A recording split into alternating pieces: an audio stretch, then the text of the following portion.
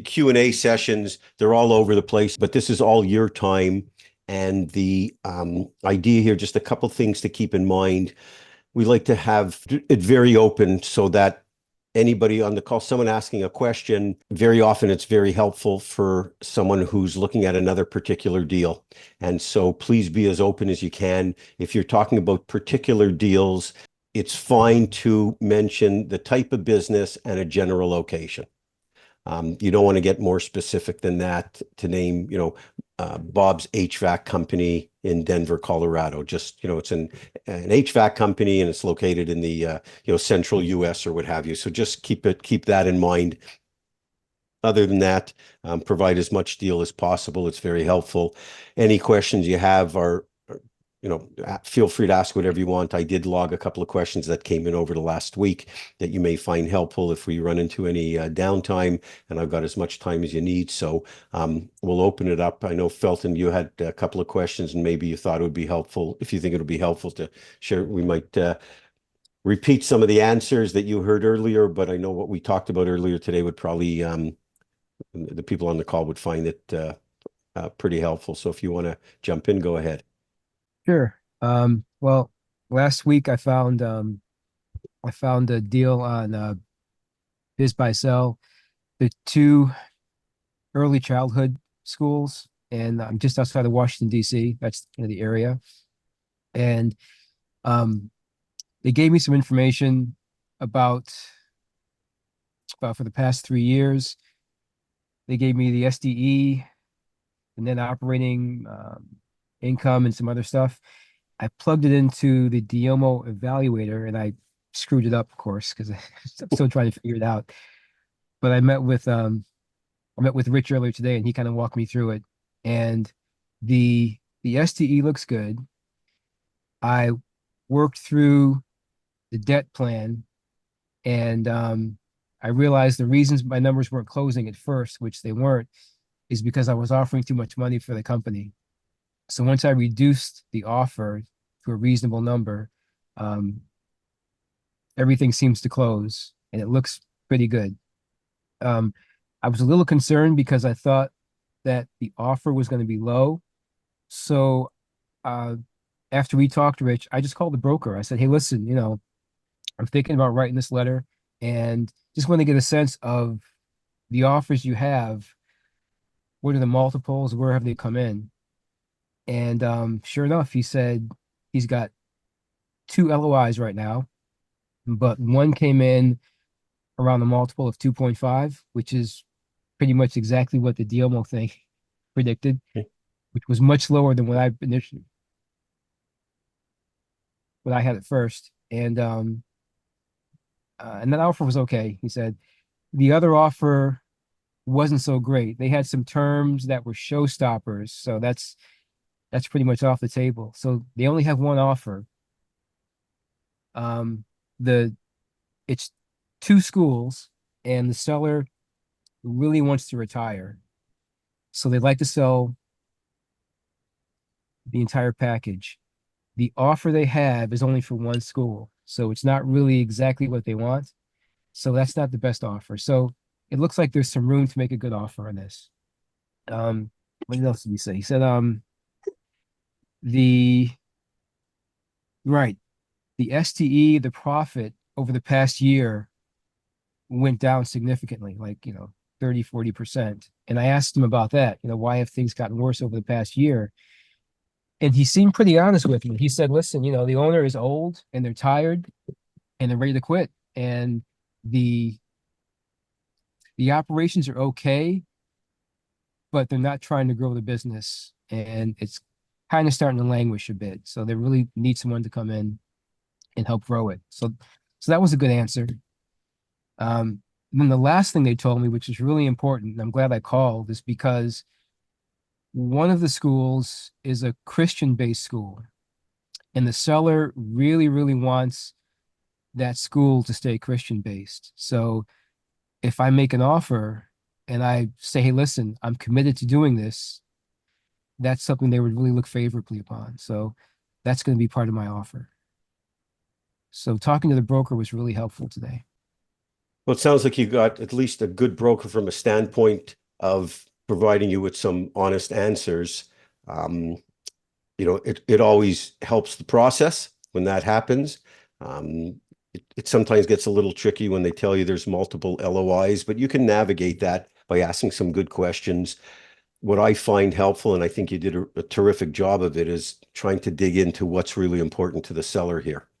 Because if you dig a little further, sometimes in this particular case, as an example, when they talk about a Christian-based school, I'm willing to bet that someone who could bring that attribute to the deal is going to get a much more favorable deal than someone who's willing to offer a higher price but not provide that component. And so that's obviously really, really important. And you get these answers. Some brokers disclose more, some sellers disclose more, but you have to ask the questions.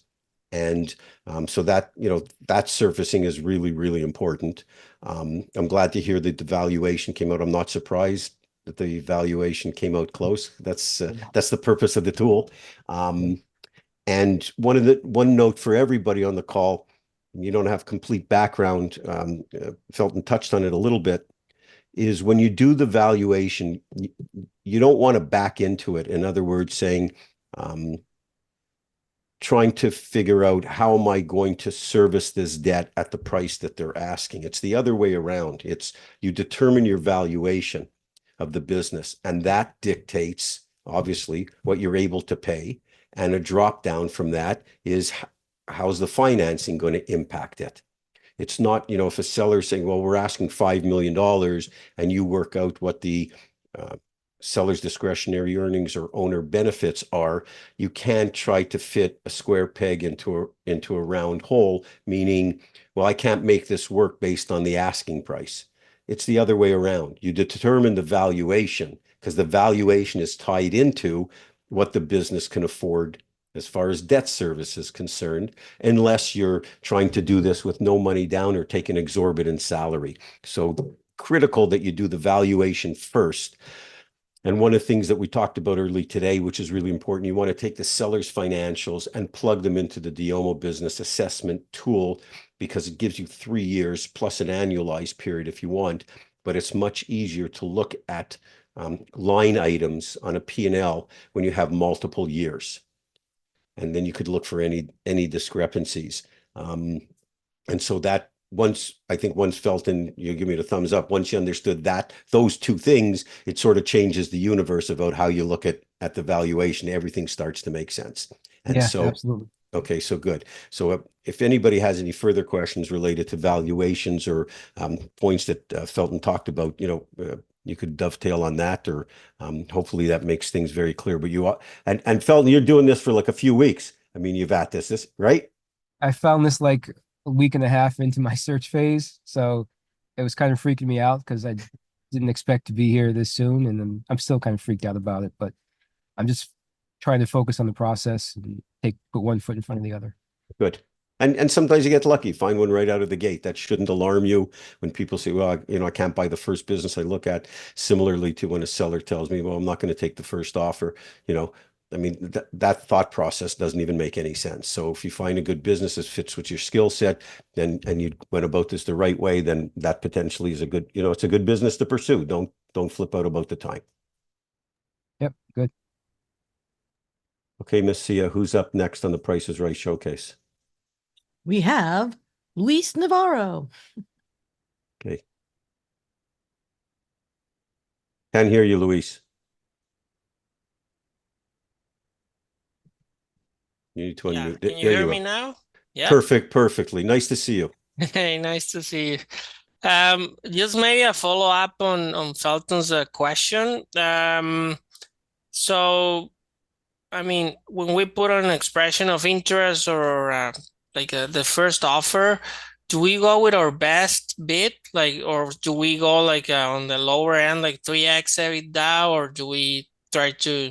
I'm asking because I've been in other deals and sometimes I mean, sometimes people say do your best offer first. I don't know, probably 3.5x or 4x, or just go on the lower end and leave the rest for negotiate. What's best usually? I guess people, it's a great question because people have personal preferences. sometimes you have to do a little tap dancing. And by that, I mean finding out a little bit how much activity that there is. I like to give a little bit of wiggle room, but I don't like to go in with this is my personal preference. I don't like to go in with the idea, if I think I'm going to pay, just as an example, $5 million for that business, I don't go in at 3.5. I mean, and I don't go in at necessarily at 5. I give myself a little bit of wiggle room, 10, 15% wiggle room, just because I don't want to waste time. And I make it very clear to the seller. Say, look, I'm giving you an offer. I've spent a lot of time, as long as they've given you ample information. I've spent a lot of time and I've put a lot of thought into this offer. I am not making this offer with the idea of having a going back and forth 20 different times. I'm going to give you a very solid offer on this business, which I know is fair. I'm prepared to pay this price and get into a contract with the seller, and I leave it at that. Now, there are times where you don't get adequate information from a seller, or you know that realistically there's multiple offers on the business. And so in that case, I actually go higher.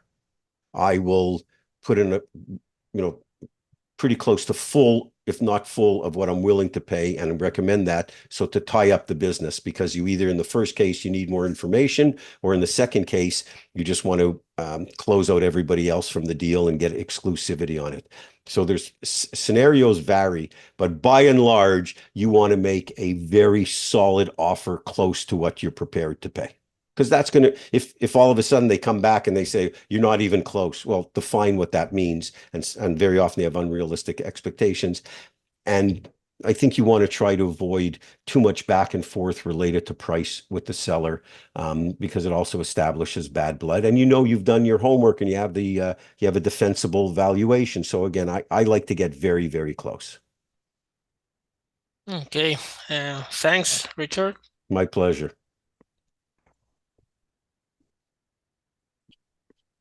I don't know. I can tell you, I had the same question about, because it seems like a really good deal, and I wanted to come in kind of high, but calling the broker was really helpful for me. And I found out that the lower offer is what he has right now, so I don't have to go that high. It doesn't Right. seem like that really helpful.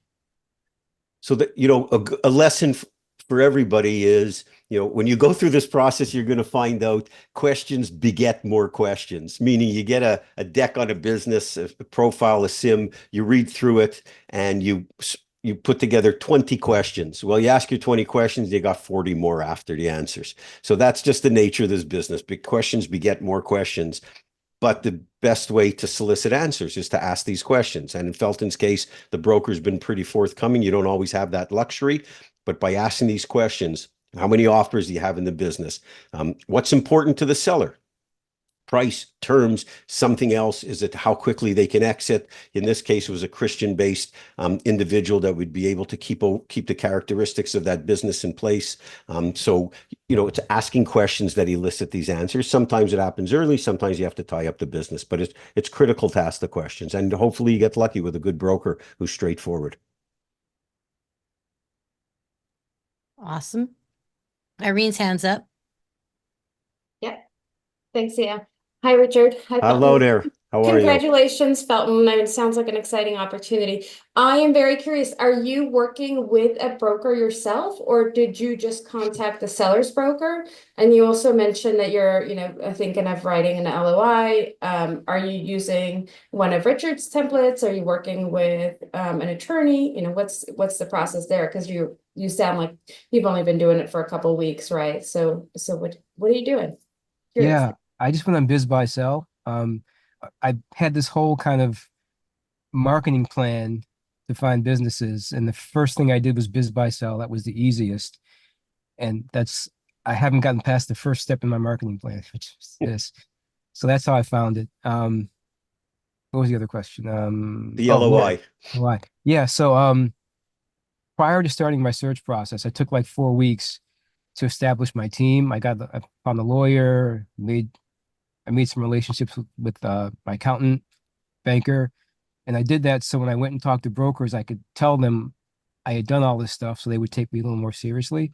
So I had a lawyer, and when I found this last week and a half ago, I gave him a call. I said, hey, listen, can we start the process? Can you write me an LOI?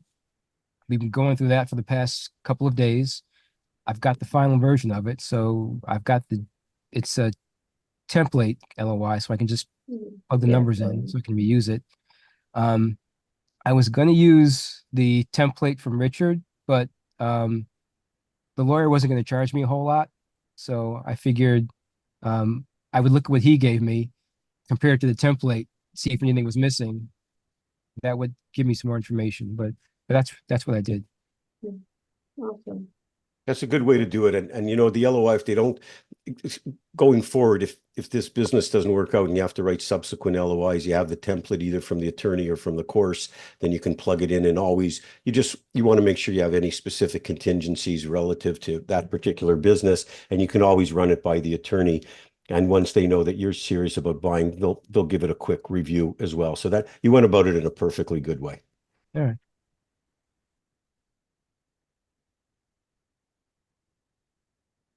Andy?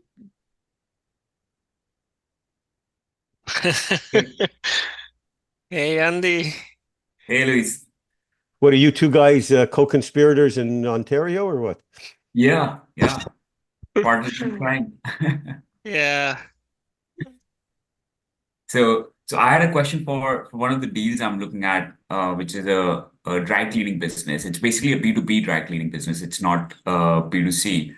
And they had variations in their historical performance due to the market. So they do some insurance work, restoration work for insurance-based clients, and that goes up and down sometimes because insurance companies decide to not do restoration, but just replace textiles and fabric. So, but last year they did pretty well. That's a 250K SDE. This is pretty small. So I'm looking at a few small deals right now. But the bad year was like 100K SDE, which was barely enough to just pay the salary. The seller wants a 3x on the last year's number. Of course they do. And it's brokered, and the business has been listed since March. They haven't sold. They haven't gone into LOI or in diligence. And the seller is not retiring. So he's not so motivated, I think, that he needs to sell right away. He just needs to focus on other business opportunities. So what he's expecting is it's somewhere in the 700K range. I gave an offer. I gave an earnout structure so that that variability can I can be risk mitigated on that variability. Let's say next year it doesn't reach that number. So did that plus some VTB and some cash inflows. So it's roughly like 1/3 each. So I said 1x of SD cash inflows, 1x VTB, 1x earnout. At that 250K. So the seller is not, he's like, this is too complicated. I just make it VTB. I don't want any contingencies, blah, blah, blah. And I'm trying to see how to bridge that. Okay. Any ideas how I can try to like maybe do VTB with some contingency in it, rather than calling it an earnout, and do it differently that might look better for him, but still I'm safe on my end if the business doesn't. So my knee-jerk reaction is they're not going to sell this business. Yeah. Okay, that's my knee-jerk reaction because they have absolutely no motivation. They're actually an extraordinary price. They don't want to provide any meaningful terms relative to the health of the business, and they don't have to sell. So you're going to be pulling teeth to get a deal done with this individual. And don't get me wrong, it's possible to get a deal done. Where you have to be very cautious here is you don't want to put yourself in a trap of getting a deal done because you're so consumed with getting a deal done. This business has, and people fall into that, right? You also see people say, well, I've spent this much time doing the due diligence, I might as well move forward. No, that's the time you have to realize, you have to know when to quit. It's very important in this process. And sometimes the best deals are the ones you don't do. The fact of the matter is that this is a business that has wild swings in sellers' discretionary earnings. Okay, meaning 100,000 one year, 250 the next year could be 350, and the year after that it could be 50. But even if everything remains status quo, in other words, you take over the business, you run it the same way. There is no escaping the fact that you need an earnout in this business. And that earnout has to be somewhere between 100,000 and $250,000. Meaning, if you determine that the multiple of this business will just make the math easy, should be 3 times, then you do 2 different exercises. This business is worth between $300,000 and $750,000. Okay, Right. that delta is the earnout. I'm sure you've gone through part of that exercise, and that's $450,000. And hey, Mr. or Mrs. Sellers, if this business does $250,000 next year, I'm happy to pay you the 750. But if it does 100, just because of the nature of the industry, I'm not paying you 750. So what I would suggest is you don't have to make it any complicated. Say, look, here's the price I'm willing to pay for the business. We'll structure this in a simple way, which is probably that gap is going to be probably a seller note. Okay. But I'll pay you $300,000 for this business. And if it does 750, we can bridge that gap. Now, the flip side of this is saying, sitting in a buyer's side and say, well, why am I going to pay them for the upside if I'm doing all the hard work? And in most cases, that is correct. In this case, it just seems to be a nature of the business or the type of business. So the first thing is you've got a very unmotivated seller.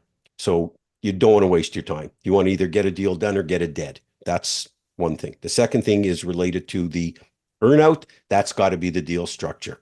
And the seller saying, I don't want something complicated. Well, you know what? Respectfully, Mr. and Mrs. Seller, you've got a complicated business. You've made it complicated because it's not simple. One year you make 100,000, next year you make 250. So you've invited this. The third part, which I think is infinitely more important than the other two, is to determine how you control this volatility in this business. I mean, you don't want to be in a business that makes 100 grand one year and 250 and then 75 and then 450. I mean, what is the reasoning for that? And is it, if it's because of the insurance, well, it can't be all of the insurance companies deciding to replace the furniture versus do the cleaning. It's not all of them. There may be some customer concentration here. He may be doing a disproportionate amount of volume with a limited number of people. So I would look at the way I'd look at this business. The first thing is table the parameters of a deal. Don't spend a lot of money or any money on an attorney to get an LOI in place. Just give them an email indication of interest. Here's what we're looking at. Because if you can't get them to that, your thinking, which is good thinking, then you got to go on to the next one. Right. And then digging into how you structure that as part 2. But if they do come to agreement on that, then you can start to evaluate why this volatility, because that's going to be really important as part of your due diligence, but it would certainly be the first step of due diligence. Right. You don't need desperate sellers, everybody. You don't need desperate sellers. You want motivated sellers, which means if the price and terms make sense, they'll sell their business. That doesn't mean that they're expecting someone to come in with bags of cash. They just, yes, under the right terms and conditions, I'm willing to sell. Motivated because they really want to sell, or all the morbid reasons, death, divorce, illness, etc. Those are all wonderful. When I say wonderful, I don't wish that on anybody, but they're wonderful from a seller's perspective as far as motivation is concerned.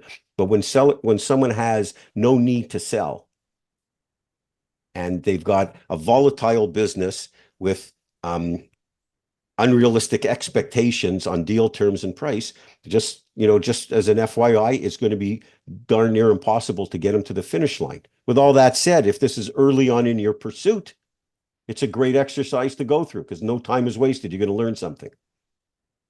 No, but that's not, you're right. There's desperation creep coming in to my thought process. Yeah. And you get dangerous because that's when people make terrible mistakes saying, look, I just want to get this done. The more time you spend in it, the more time you spend evaluating it, the more you put yourself into the danger zone of making a dumb decision just because you want to get it done. And so you go through this quickly and identify the key issues, and you can't solve for that. Great. You move on to the next one. Makes sense. Thanks. Sure. Who's up next? Everybody's quiet. I'm trying to find where to raise my hand, but can I be next? Do this. Yeah, you're next. You're not only next, you're now. Okay. Hello. So I'm looking at a deal that the company has existed for 5 years, and the last 3 years have been really, really good in comparison to the prior 2 years. The first one, of course, the year that they founded the company wasn't the best. They grew on the second year. And then the last 3 years have been really, really good. And 2024 is also trending at the same level. So I guess my question is, how much weight do you usually put to a company having 10, 15, 20 years in existence? You have an owner that's retiring, your typical ideal scenario where the company has been around for a long time. You still only look for the most part at the last 3 years. Banks only look at the last 3 years. But it's always kind of good to know that the business has been around for quite some time. However, for this one, this is kind of the first deal of the ones that I've looked into that the last 3 years are looking great, but the business hasn't been around for that long. I'm wondering on, how much of a red flag you feel that is, or how much of an increased perceived risk there is to the fact that the business hasn't really been around that long, or is it 3 years into the past kind of the only main point of reference that we should focus on? Okay, so great question. My answer, I don't think it's any red flag. The goal of buying an existing business is really one of the great things is you want to get past the startup phase. And the startup phase is the cliff of 5 years. Interestingly enough, or coincidentally enough, because when you go through all the numbers, it's around 96% of all businesses fail within the first 5 years. I think it's like 90% in the first three, and then 90+% after. So 5 years is a real turning point. While the length that someone has been in business is could provide a little bit of comfort, I think it's more comfort from the standpoint of a seller who's selling their business, and the representative could go out and say this business has been around for 20 years or 40 years. But the reality is, who cares? Because you're looking at the most recent past is going to be the greatest indicator of the short-term future. And so if the business is trending in the right way, it's heading up. I would never be concerned about a 5-year-old business versus a 40-year-old business. I would look at what they've done over the last year, 2 years, 3 years, what the future looks like. Is everything trending in the right direction? Age, I see this regularly when buyers will send me a version of their bio that they put on their website. And, we talk about the few bullet points. They say they want a business that's been around for 10 years. And every time I ask someone why 10 years, no one can answer that with any validity. Well, it's got a long-term history. Yeah, but what if it's going down? So who really cares? So 3 years, if someone's been, business been around 5 years, they've passed the startup phase by and large, it's trending in the right direction. I wouldn't have, personally, it's no red flag to me whatsoever. And 3 years, I don't see, I don't attach any risk with the age of the business relative to what you're looking at, none whatsoever. There's a whole other series of looking at the numbers and what the future looks like, but that piece I would just I wouldn't even worry about it at all if I were you. Yeah. Thanks, Richard. Of course. No questions? I've got some questions. A couple of things here, maybe it'll trigger some information or some thought with people. Richard. Yeah. Gabe's hands up. Okay, Gabe, you go. We'll get to these after, because I got Richard. about 8 of them if you guys don't have that just came up recently. Go ahead. How are you? How's school? I'm doing great. It's not bad, not bad. Getting busy now, but not bad. Good. But yeah, what I was gonna ask is, okay, say I'm buying a business and then I want to do like a tuck-in or roll up. And I can't really, being that I don't have any collateral, I obviously need outside investors. So now, say I buy that first business and I give someone 10% equity, and now I do a roll up and buy the next business, and combine them. Does that person have now less equity, or do they have equity in the next business, or how does that work? The first thing is whether or not if they invest in the second business, then there would be a repeat of the first. In other words, that they would have equity commensurate with the second investment. If your combining the two entities and they're not investing additional capital, their 10% will now be diluted because the value has gone up. So you have a business that you own at $1 million, they own 10%, you acquire another business, same price. Well, they still have that 100,000, but it's now over $2 million in value. So their dilution actually goes down. They get diluted to about half. However,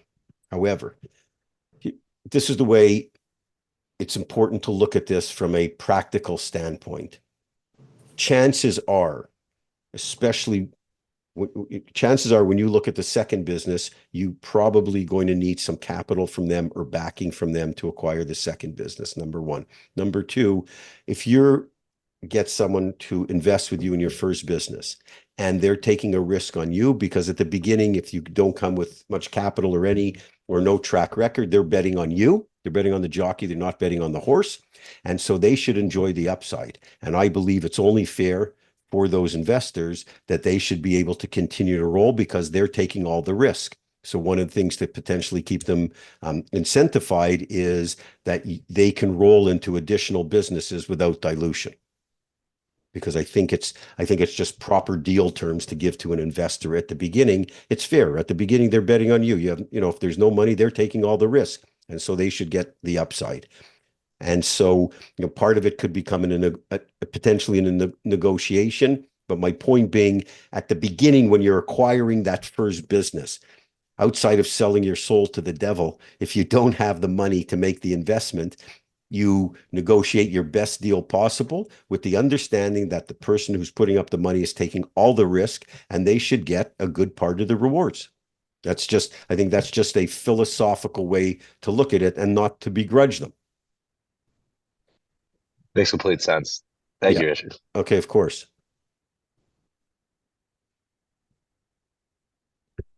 Okay, if there's no hands, I've got a point here that's very important to hang on one sec, Joel. I'll cover this one related to CapEx and Joel up next. When you do the valuation, you are very rarely going to see any type of adjusted earnings in a sim, a deck, a profile provided by a broker that's going to offset depreciation. In other words, when they come up to seller's discretionary earnings, it's the net income plus all the add backs, depreciation, interest, owner's compensation, etc. But you will notice 95 to 100% of the time, they add back depreciation, but they don't make an accommodation for future capital expenditures. You have to be very mindful of this, especially in an asset-heavy business. And there's no broker on the planet can make the argument of not doing that in an asset-heavy business, okay? Because it's math. I mean, this is business purchasing 101. And so when you look at this, that's why you have to pay attention to the depreciation number, because if it's a big enough number, especially if it's declining, meaning one year they had depreciation listed at 50,000, then 40, then 35, you know that because that number is declining, the assets are getting older and not being replaced. And so you have to look at it, and every business is different as to how much you have to set aside. I'm always happy to work through that with anybody to give you an indication of what you should allocate. But just fundamentally, when you look at these adjusted earnings reports from brokers, sellers, etc., if there's depreciation added back, you have to determine whether or not you have to make a capital expenditure allocation to reduce that depreciation number. Is everybody clear on that, how that works? Any questions? Because it could be a really big number. I got Joel and then I guess Andy. Joel's mic is open and Well, my question is not related to that point. So if there's anyone with a question related to that, I want to go first. Yeah. Okay, sure. Yeah, I'll go. So what I'm doing in that case, because I completely agree, brokers are not looking at putting in any maintenance capex as well into the adjusted numbers. So what I'm doing is I'm taking the depreciation and just estimating that at least that much would be maintenance capex needed on a regular basis every year to be able to sustain the equipment. But I completely agree. There might be a need in the next couple of years where you might have to replace a huge piece of equipment something that breaks down. It's been maintained 5 years ago and did not show up in the numbers, and now suddenly you have a big expense coming up. Any way to try to estimate that? Like apart from obviously we can go into diligence and look at the asset history, look at maintenance logs, and try to understand what was the capex done for, and what should be the life left for that equipment. But apart from that, like before getting into diligence, anything else we can do to estimate that? It's a very difficult estimation if it's not, if you can look at what the capital expenditures have been by year for as long a period as possible. The other part that becomes very misleading is you have a piece of equipment. I looked at one business recently, and there was a component to their printing equipment where it got depreciated over 10 years, but it has a useful life of 50. 50. So it'd be very easy to look and say, oh, after 5 years, or 10 years, I got to replace it. There's a $200,000 machine, and say, no, it's going to last for another 40 years. So if there's no obvious history, and for example, in the business Joel's looking at, you may not have over 5, you don't have history of 5 years, you wouldn't have that long history. But if you look at the history of capital purchases or expenditures over the longest period of time, it should give you a bit of an idea. If it doesn't, this is one area where you need to hire an expert. Pretty much in every field, and even the example you were talking about earlier, the cleaning business, the dry cleaning business, there is an expert in pretty much every asset-heavy industry you can think of. And you want to hire them to go in to do a proper assessment of the equipment. And it shouldn't cost you a crazy amount of money. The easiest way to find them, by the way, is from trade associations. And trade associations, some of them still have actual books, but they're all online. You go into the trade association, usually they will have a drop down to consultants that are available, or sometimes they call it resources, people in the industry. You want to get a consultant within that industry, someone who's going to be able to look at the equipment, because you do not want to guess. And they generally are not going to charge you a crazy amount of money, but they could look at the equipment. They'll have a real sense. The other thing that they bring to the table is a lot of these industries will have a very large resale market of equipment.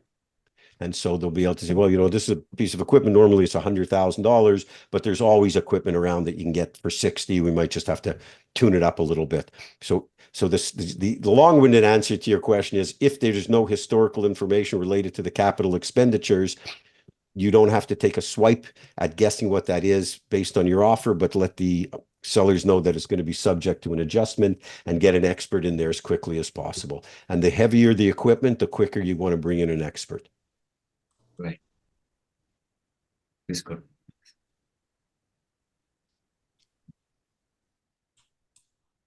Luis, You're still on mute. Sorry, I believe Joel wanted to ask a question, or should I go? Whatever you like. well, is it Yeah, related to go. this topic? Then continue it, and then if not, then Yes. Joel was patient. Yeah, thank you very much for bringing that up, though, Luis. Well, it's somehow related. It's another add back expense that it's very common. Like it's a bad debt. Like bad debt expenses are super common. Like they always add it back. And so those ones, my thinking is that well, sometimes that might be considered like in the working capital needs for the company, like the accounts receivable that are not received in reality. So the question is, do we need to add back the bad debts or not? If there's bad debts every year, it's not a one-time item. It's not an add back.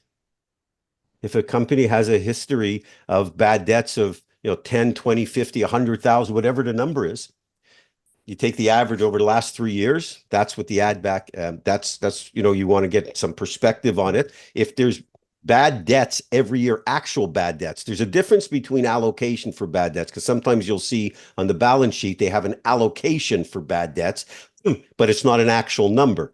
They put in $50,000 and they reconcile at the end of the year. But if the company actually incurs bad debts every year, It's not an add back. It's part of doing business.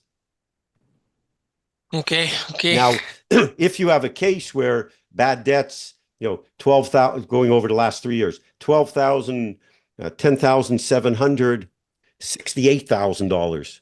Well, there can be potential justification for a partial add back if they had one larger client who went out of who didn't pay a bill or went out of business. However, even with that case, you still want to look at from a standpoint of the relationship between the amount of bad debts and the revenue. So if the revenue went up X% and the bad debts went up commensurately, same ratio, you don't add back the bad debts. Does everybody follow that? So in other words, companies doing $1 million a year, I'm going to make the math easy, and has $100,000 of bad debt. The next year they do $1.5 million and they have $150,000 of bad debt. And the next year they do $5 million, okay, and they have $500,000 of bad debt. Seller could look and say, well, in the past, we've only had $100,000 or $150,000 of bad debt. We should have an add back of $350. No, because the relationship between the bad debts and the revenue has remained the same. The ratio, right? So everybody follow that? So it's only in extraordinary circumstances. Bad debts are not an add back when a company incurs bad debts on a continual basis. Okay. Excellent. Thank you, Richard. Of course. Okay, Joel, patient Joel. Yeah, no problem. So my question is, it's actually two questions, but the first one is regarding inventory. The deal that I'm looking into has or carries a substantial amount of inventory. What kind of business is it? It's a commercial vehicle dealership. Okay. So inventory is vehicles or parts and vehicles, right? So it sells box trucks and semis and big trucks that companies use all the time. It's a kind of a niche industry inside the automotive dealership industry in general. So as you can imagine, they have a lot, and they have a lot of that inventory that's really quite their main commercial activity, selling that inventory. So my question is regarding that inventory amount and the value of the company. Without inventory for this particular business, and I'm assuming a lot of other businesses that rely a lot on inventory, there's no business. There's nothing to sell. So when you look at the SDE of the company and you apply a multiple to it to come up with a valuation upon including a lot of other things that people that we take into consideration,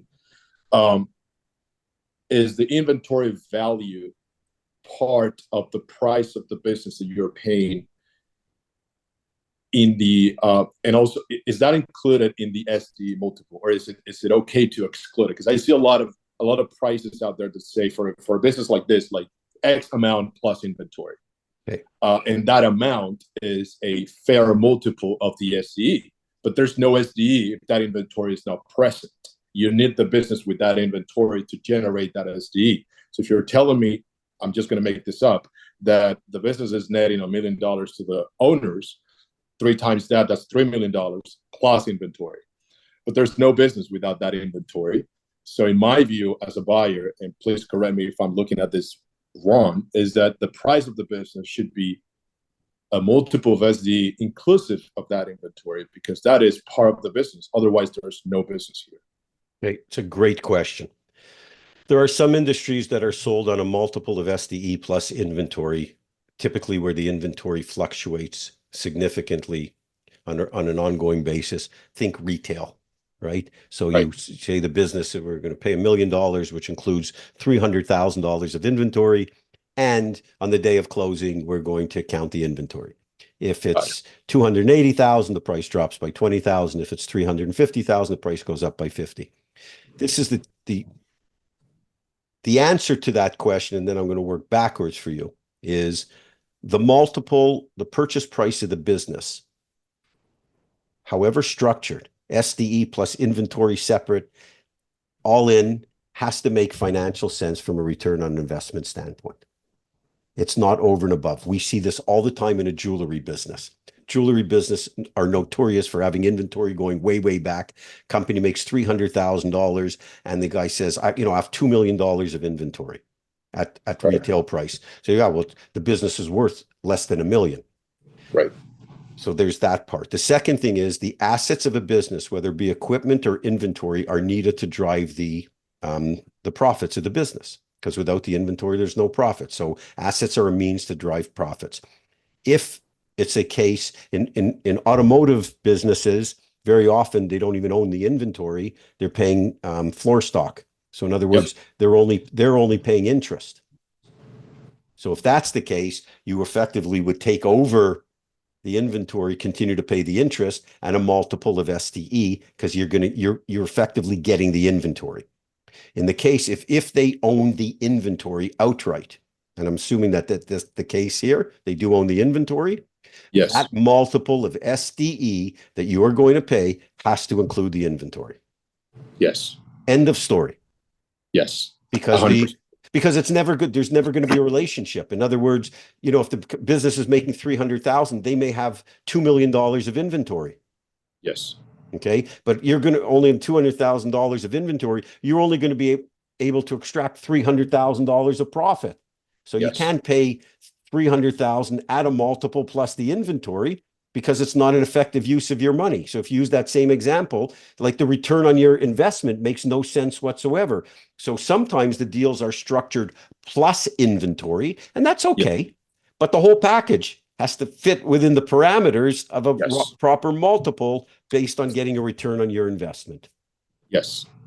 Thank you. That's very clear. One last question, and this is a different topic. Owners' payroll taxes. Yep. I am seeing more and more brokers sending me add back schedules or recast where they add back the owner's salary, which is okay, and they also add back the payroll taxes portion of that salary. When I look at this, it confuses me because if I pay myself as the new owner that new salary, the company will still carry the expense of that payroll. So it is an expense that is not going away. The only way that expense will not be present, and it would make sense to add it back, would be if I buy the business and I don't pay that salary to anyone. So that money is an earning to the new owner. But if I have to pay it to myself or to a general manager, that expense in payroll taxes, paying that salary out, will stay with the company. Why are we adding back that payroll tax as a owner benefit? Because it never went to the owner in the first place. Okay. In a smaller business, the seller's discretionary earnings, owner benefits, owner cash flow, whatever you want to call it, it's all supposed to mean the same thing, is based upon an owner-operated business, meaning seller today is the owner operator. They sell the business, they leave, they get out of their chair, you take their chair. Okay. It's not based on a managed business. A managed debt-free business is EBITDA. That's a different number than owner benefits. So when you're talking about an owner-operated business, which is typical in the lower market, everything related to the owner's expenses that a new owner won't incur, except by choice, gets added back. So in this case, you absolutely add back the owner's salary and the withholdings because the assumption is made that Andy is leaving as the owner, Joel is coming in as the new owner, and you're going to take the same amount of money out that Andy was taking, and it's going to be the same hit to the company. So everything related to owner's comp is added back because what you want to be able to establish is a purchase price based on the net income of plus the entire owner, plus the depreciation, what have you, and all of the owner's income. Now, in the case where you say you want to work on EBITDA and you want to hire a manager, okay, well, then you would add back you would first add back all of the owner's compensation and you would reduce it by the cost of a manager. That's a correct exercise. But that's not the seller's problem. That's your problem. That's not the seller's decision. That's your decision. Meaning The seller is selling you a business status quo. Their price is based on status quo that you as a buyer are going to be the owner operator. If you decide to put in a manager, that's your decision, but it's not, the seller should not be taking a hit on the valuation because you decided to run the business differently. You may look at it and say, well, I want to put in a manager or determine if I have to work. So I have to evaluate this investment. So I'm going to put in a manager. Those are all great buyer questions in all scenarios you could do, but that's not the seller's issue. The seller is turning over an owner-operated business. How you treat that is your decision. If you put in a manager and the business is going to incur those costs, well, you should expect to get a lower return on your investment because you're not working the business. Yep. Yeah, that makes sense. Okay. So that's why it's added back. And there's a very clear distinction between seller's discretionary earnings and EBITDA. Yep. 100%. And just remember, everybody, like when you hear the terms EBITDA means a debt-free managed business. Seller's discretionary earnings mean an owner-operated business. Yep.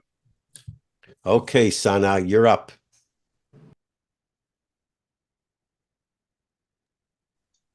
You may have touched on it before, but I think it's just worth clarifying.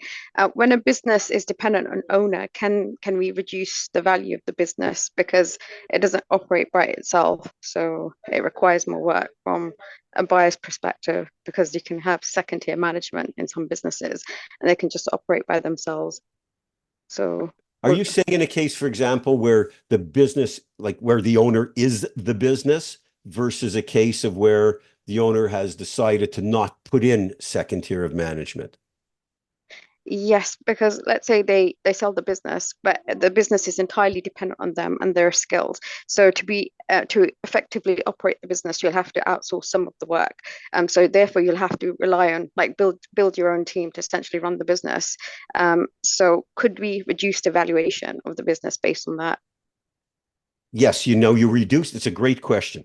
So you actually are going to reduce the value of the business for a couple of reasons. One, that you just cite, it's very specific skills. The second thing is sellers are going to realize pretty quickly when they have a business where they are the business or there's a very specific set of skills that are required to operate the business, the buyer pool shrinks dramatically because there's only so many people that could take over and operate that business. So that on its own makes the business worth less. If you follow what I'm saying, there's not a huge swath of people who can buy the business. Now, with that said, you obviously want to buy a business where your skill set marries perfectly. You do see this frequently in the lower market where the seller, it's either a case of their very specific skills that are required to business or the seller has just done a terrible job of putting in second tier of management. Okay. And so when you look at it, there's an argument. I could probably represent both sides of the cases in this because the seller is, here's what I'm delivering to you. And whether or not you want to run it this way, and it dovetails on Joel's question. If you want to run it this way or hire people, that's your decision.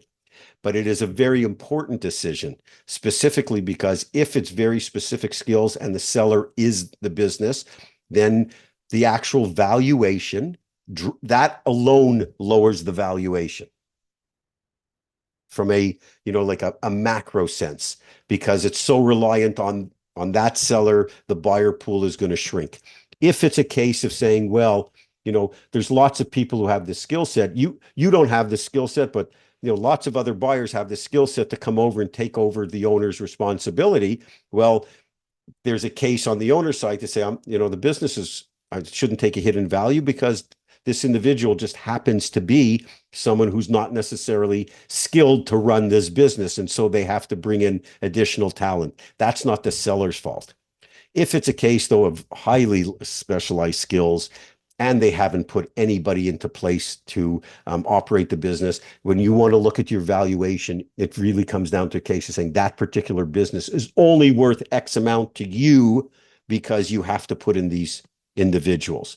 So a lot depends on the level of the skill set. So, for example, if you were looking, and to use, I guess, Andy's example, if you were buying a dry cleaning business that caters to insurance companies and commercial cleaning, and you knew, and to drive that business, you need it's sales skills that really drive that business. And the owner's a terrific salesperson.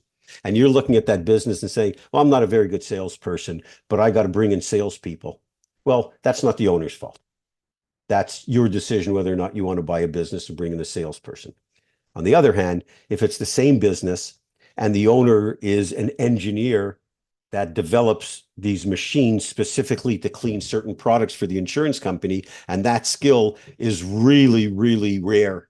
And you say, well, I like this business financially, but I got to bring in someone to place that skill set. Then yes, the question you asked, 100%, you would have to reduce the valuation because there's just such a limited buyer pool. And you have to make, it's obvious the investments that you have to make in personnel to continue to run the business. So apologize if there's both sides of this equation, but the situation dictates whether or not there's validity to lower the valuation based on the owner's skill set. That's going to depart on closing. I hope that was clear. If not, let me know and we'll go into it a little deeper. No, that's perfectly clear. I mean, with any business, you'll have to have sales and marketing, but then there's certain businesses which are very specific, like IT. So if the owner themselves outsource it. So using your argument, general skills, yes, as a business person, you should have them with any business, but with specific skills, then yeah, you can reduce the valuation based on that. Correct. And very much so because the buyer pool is reduced. And it's just going to be harder for them to, and you have to look at it and say, okay, I understand it's an owner operated business, but it's just not going to make financial sense to me at this price because I have to bring in the talent. Good.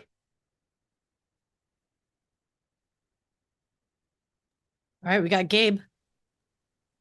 Yeah, I got one last question before I have to run to class, but um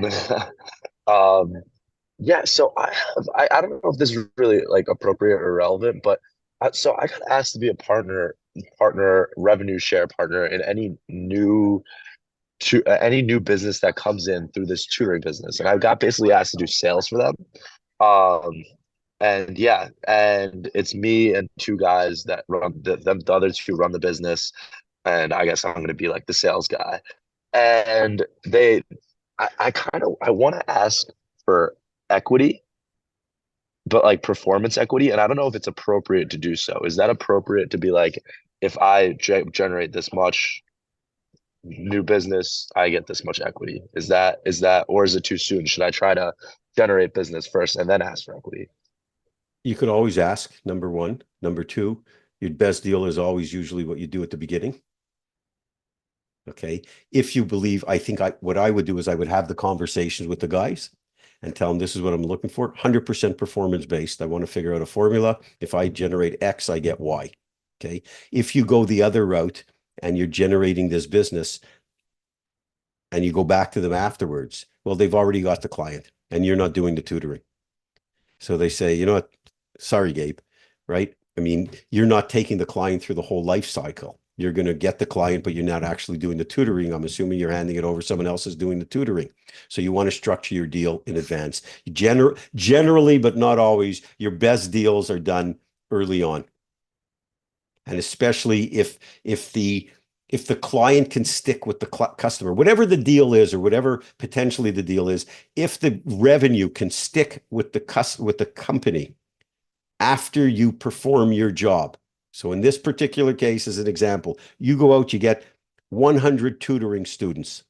They all start getting tutored by the company. You're not doing the tutoring. You have no control at that point. You go to them and say, well, now I want a performance guarantee. And they say, you know what, Gabe, FO, right? You have no leverage. If you were doing the tutoring, you have a lot of leverage. So when your leverage starts to decline as the customer comes on board, that's the earlier you want to do the deal. At the beginning, say, if I bring in 22 or 25 or 82 or whatever the number is clients over the next year, I want, 15% of the business or what have you over and above. Or if I bring that in, I want 50% of what you'd normally pay me in performance to roll into equity. So yes, in this particular case, I would say, first of all, never afraid to ask, number one. Number two, in this particular case, you want to strike your deal at the beginning, not down the road. because then you have no leverage.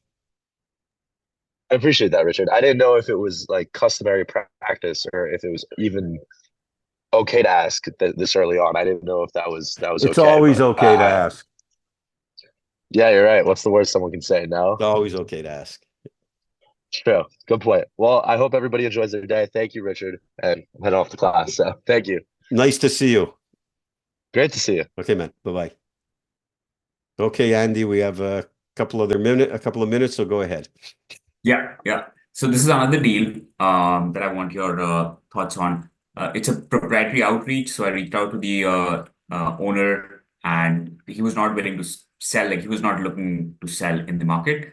But it's a very small operation, and it's been declining. So the business is boat cleaning products business. So it's basically chemical manufacturing. They buy raw materials, they mix them in their facility, package them in the bottles, label them, and then sell it online, direct to customer, as well as through dealers, where which kind of wholesale these products. So my issue is I'm trying to get a deal with this person, the seller, and he initially said he was just thinking of like giving up the business to the main manager that he has in the business, not really thinking of selling it for a particular value. But after we started talking, and I told him that the business is declining. Last year it did 100K roughly in SDE, whereas 4 or 5 years ago it was 250 to 300K in SDE. So it's been slowly declining. He's saying the decline is primarily because he's not being able to focus on the tech platform. He's 81 years old, so that kind of makes sense that he was not really aggressive on online marketing or trying to grow that brand and invest in growing sales of the business. So it just kind of, it's like a hobby business, been doing it for 40 years. It's in a kind of lifestyle space. He likes sports and enjoys doing it, and he wants to continue doing it.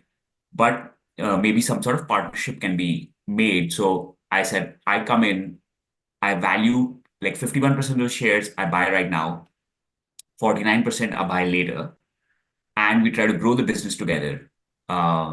And over 3 years, roughly a 3-year time frame, the business goes, let's say, to 3 times or 4 times the EBITDA. Then you get a valuation on that at a slightly higher multiple. So you get the fruits of your labor as well. And I'm able to come in as a majority owner and can focus 100% on the business. But the issue there is he thinks that he's built IP in the business with this whole vertically integrated manufacturing and the formulae that he's created for the chemicals and the technology for this. So it's a little disconnect in his expectation of the valuation and what I'm giving him based on the numbers. He's saying based on the numbers, obviously it doesn't look great, but this business has a lot of potential, which is in the IP, and that should be somewhere worth millions. So that's where the major disconnect is. Now, what we came up with through discussion is, can we like spin off the IP separately and just do a deal with the brand and the business and the operation, and the IP is separate in case he thinks he can sell to DuPont, 3M, or any of those big guys in the space, then he's free to do that, and the business is separated from it. I know it looks pretty. I do have a question. I do have a question. Is the total owner benefits that $100,000 number or the 250 number, that's inclusive of this other business as well, right? It's all combined? No, there's no other business. It's just one business. So the chemical piece of the business plus the Right. actual cleaning of the work, it's all in one bucket. No, so he's not doing anything, just a product business. Chemical products. This is a different business than you talked about earlier. Yeah, that was a different Okay, business. good. Yeah. So, but this business, this chemical business, it's throwing off anywhere between $100 to $250,000 of owner benefits based on the last few years. He's 81 years old. I could tell you one thing: if he thinks he's selling it to DuPont, he's smoking crack. Okay, DuPont is not buying this business that's making $100,000. They spend more than that a year on hand paper towels in their bathroom. Okay, so that's not going to happen. He's just smoking crack. You want to tell him that in a polite way because he thinks it's worth a lot of money. And no, you don't want to spin off the IP because that's what you're buying. That's what you're buying. That's what you're going to pay for a multiple of, because you're that IP and that business say, no, that's part of the equation. And similarly, if I buy 51% and we sell off the IP and we decide to do that separately, you get 49% of what we sell off the IP for. Chances of it happening are slim to none. Could it happen? Possibly. It's like this, okay? Because it's a tiny little business. It's just no one's knocking on the door for it. I mean, there's nothing that extraordinary. He's 81. He's been doing it for years. Now, you may find out, you come into the business, realize the IP is worth a lot of value, and you build it up because there's a whole other application to it. So you should get the benefit of it because it's all your hard work. As it is, you're already offering them a terrific deal saying, hey, I'm going to come in here.